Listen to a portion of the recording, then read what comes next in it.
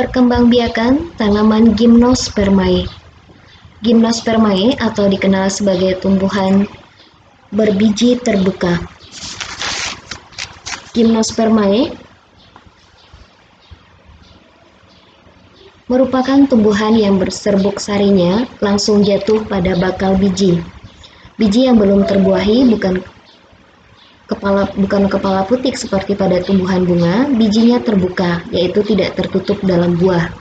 Jadi, batasan Gymnospermae adalah semua tumbuhan biji tanpa buah. Nah, ini adalah contoh-contoh dari tanaman Gymnospermae. Nah, ini adalah sejenis ginkgo.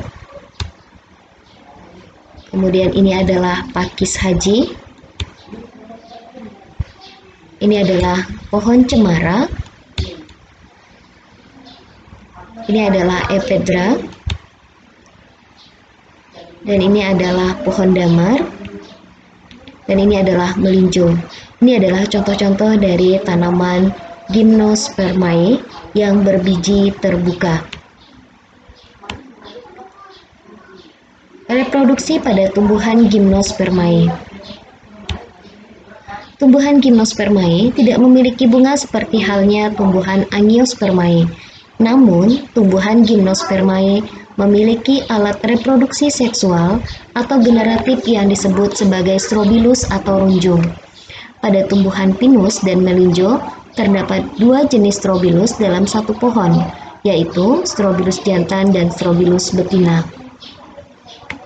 Penyerbukan pada Gymnospermae terjadi jika serbuk sari menempel pada liang bakal biji. Serbuk sari akan tertangkap oleh cairan yang terdapat di lubang bakal biji. Jika cairan menguap, maka serbuk sari akan dapat masuk ke bakal biji dan terjadilah pembuahan. Tumbuhan Gymnospermae dapat bereproduksi secara seksual. Tumbuhan Gymnospermae yang dapat bereproduksi secara aseksual, misalnya pada tumbuhan pakis haji dan pinus.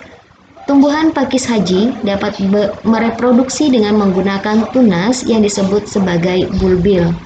Tumbuhan pinus dapat berkembang biak dengan menggunakan tunas. Penyerbukan pada Gymnospermae dilakukan dengan perantara angin atau sejenis anemokori. Skema daur hidup tumbuhan Gymnospermae digambarkan pada bagan berikut. Tumbuhan Gymnospermae yang bersifat diploid akan menghasilkan strobilus jantan dan strobilus betina. Strobilus jantan akan menghasilkan mikrosporangium. Mikrosporangium akan menghasilkan sel induk mikrospora, kemudian akan menghasilkan mikrospora yang bersifat haploid. Mikrospora ini merupakan sel gametofit jantan. Sel gametofit jantan akan menghasilkan serbuk sari. Sementara pada strobilus betina, akan menghasilkan megasporangium.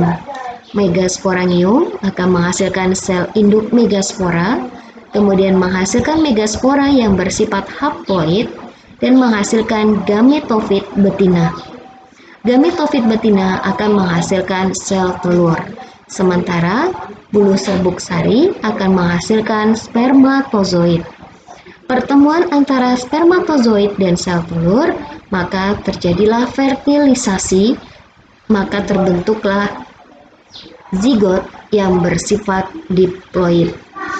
Zigot akan berkembang menjadi embrio, embrio berkembang menjadi biji, dan menjadi tumbuhan Gymnospermae yang baru. Inilah siklus penyerbukan pada tanaman Gymnospermae.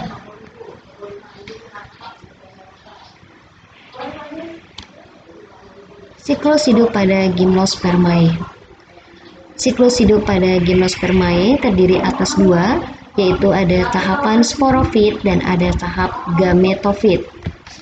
Pada tahapan sporofit, yaitu tahap diploid multisel dalam siklus hidupnya, yaitu menghasilkan spora. Sementara ada fase gametofit, yaitu siklus hidup tanaman pada tahap dewasa pada organisme multiselular haploid yang menimbulkan gamet haploid yang dihasilkan dari pembelahan sel mitosis spora. Nah, ini adalah skema dari siklus daur hidup dari tanaman Gymnospermae. Yang diambil contohnya ini adalah dari tanaman pohon cemara.